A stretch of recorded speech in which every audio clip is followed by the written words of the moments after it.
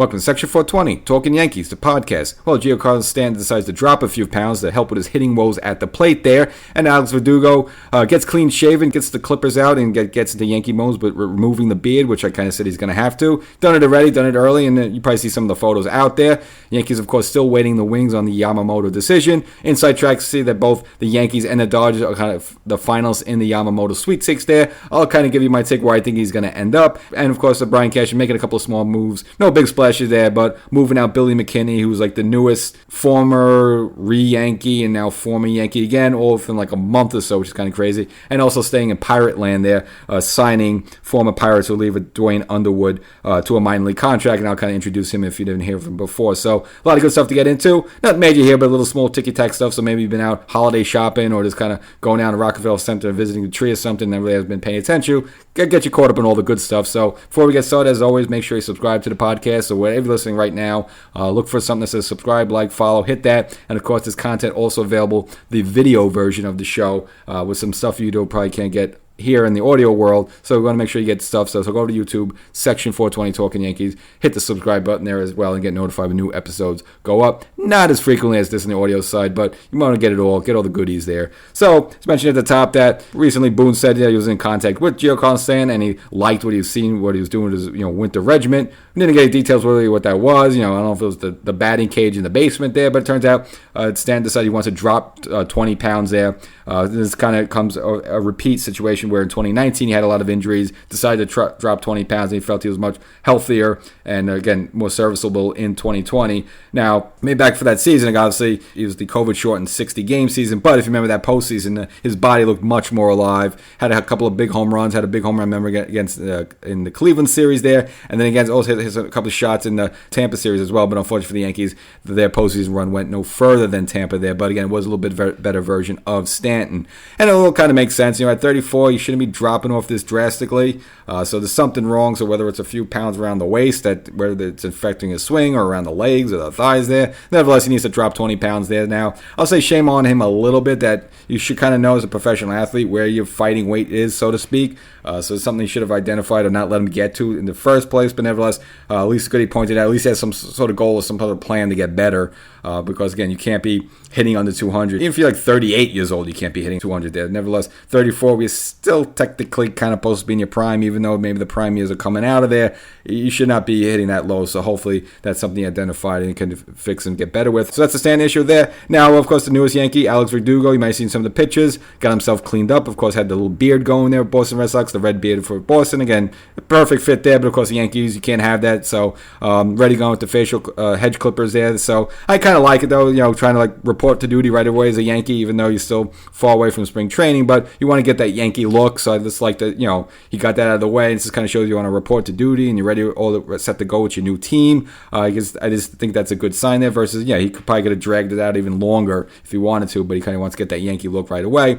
And I guess it's important because, kind of discussing more on the most recent YouTube episode. There's some issues that supposedly, up in Boston, they say he really didn't hustle as much, and he had that one issue where he came late to a game, and I really just put the fire out on that right away, because I felt if you go into a new team, you're going to be in your tip-top shape, you want to make a good first impression, and you're not in your own world, you don't know where you are right now, and you're not going to just kind of be slacky there, so I just like the way he proactively kind of did that right away, and I think this sets a good tone for both sides, as for him as well as the Yankees, how they perceive him and everyone else there. So Verdugo nice and cleaned up there, so hopefully keeps that going for the whole offseason. Now, I mentioned at the top, Yankees oddly making a move, trading Billy McKinney, who they got back. Now, they had McKinney, they put him on waivers, no one claimed him, then they would give him a minor league assignment. They declined the assignment, so went to free agency. No one signed him, so then the Yankees signed him to a minor league contract. But then, it turns out now Cashman trading McKinney to the Pittsburgh Pirates for some international pool money to use on some prospects there. So, again, the whole thing was kind of bizarre why he brought him back in the first place. It was a decent bench player for the Yankees like that, but, you have a plethora right now of outfielders, and there's not enough room around to be around. And you're not going to bring a guy like that who's okay, I know he's not a superstar, but he's a veteran. He's not a guy that's not going to play in the minors, and he's not a guy you're going to keep on the bench. So if there's no really starting job for him or somewhere he could play a lot of outfield time, it doesn't make sense why the Yankees brought him back to begin with. So I don't know. This might have been a situation where he was floating around the back of Cashman's head, and then Cashman finally realized really there's no spot for this guy. What's the point of bringing him into spring training? So ship him out to Pittsburgh, and at least he'll have a shot there where maybe he could crack the starting lineup, at least get more playing time again. Yankees right now have a plethora of outfielders. Of course, you got Judge, you got Soto, Soto, you got Verdugo, you got someone like Oswaldo Cabrera who could almost play any outfield position. Also, you have people around like Pereira who they bought up late in the season. You have Florial floating around. So, again, there was even no reason to bring McKinney back in the first place. But nevertheless, they end up shipping him out there. Now, the Yankees also making another minor league move, you would say, minor league contract. So, signing former Pirates reliever Dwayne Underwood.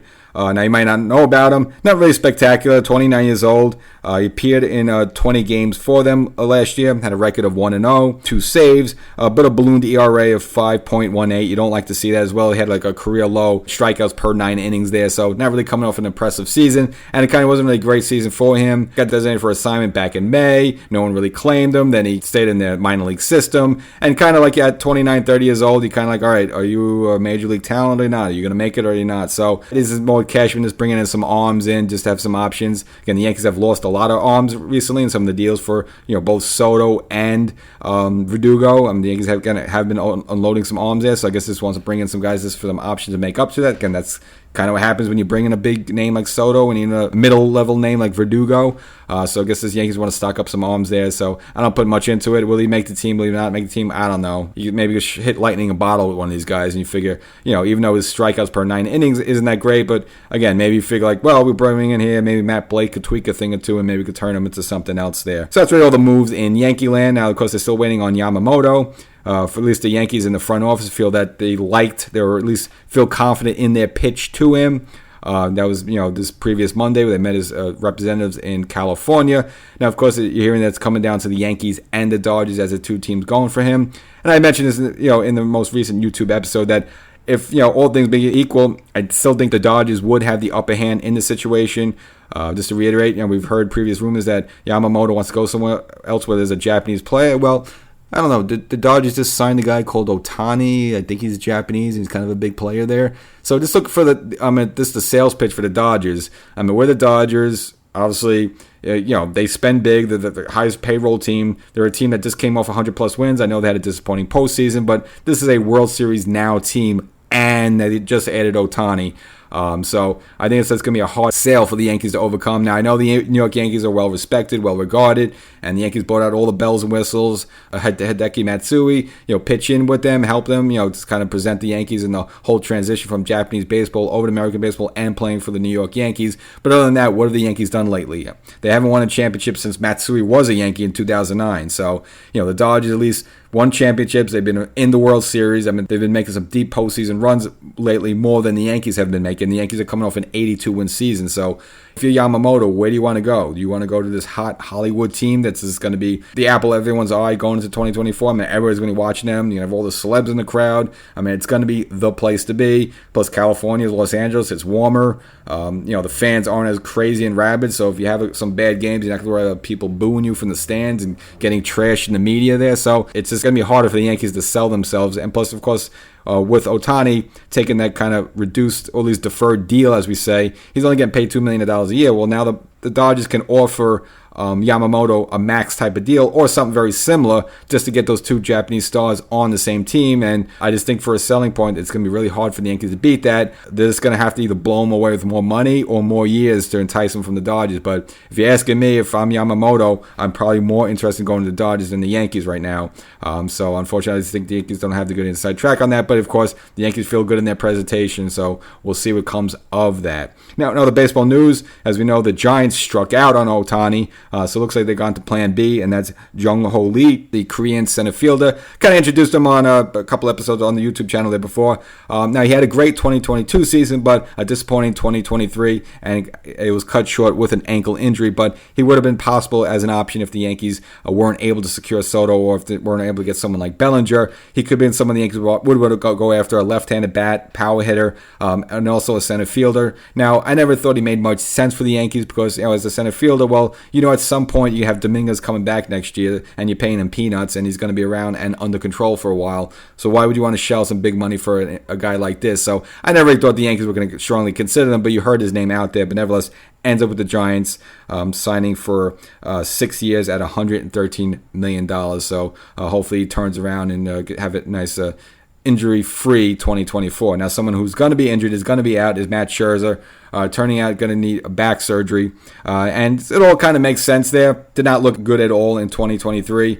Was terrible with the Mets, came over to the Texas Rangers, was equally terrible there, and just lucked himself on being in the right place in the right time to just get a world championship there, ring with them. But again, he didn't look like himself. Something was wrong with him, and people say maybe his age, maybe he's burnt out, maybe he's cooked, but it seemed like, probably the back injury kind of makes sense. Texas Rangers, you don't want to cry for them to the championships, but look at the money they shell for Jacob deGrom, gets hurt, have to shut him down for the rest of the years, and then you bring in Scherzer as well as you take on the money in his contract now, and then he goes down with this injury, and you're not going to have him probably for the bulk of 2024 there. So that's all the baseball news now. We just wait in the wings for Yamamoto. He's gotten some other offers from other teams there, but you figure hopefully a decision is going to be made by the end of 2023 there. So make sure you keep listening in, look out, and that's why you want to subscribe. And again, once the deal happens, whether he comes to the Yankees or doesn't come to the Yankees, there'll be a lot to discuss. We'll catch you next time.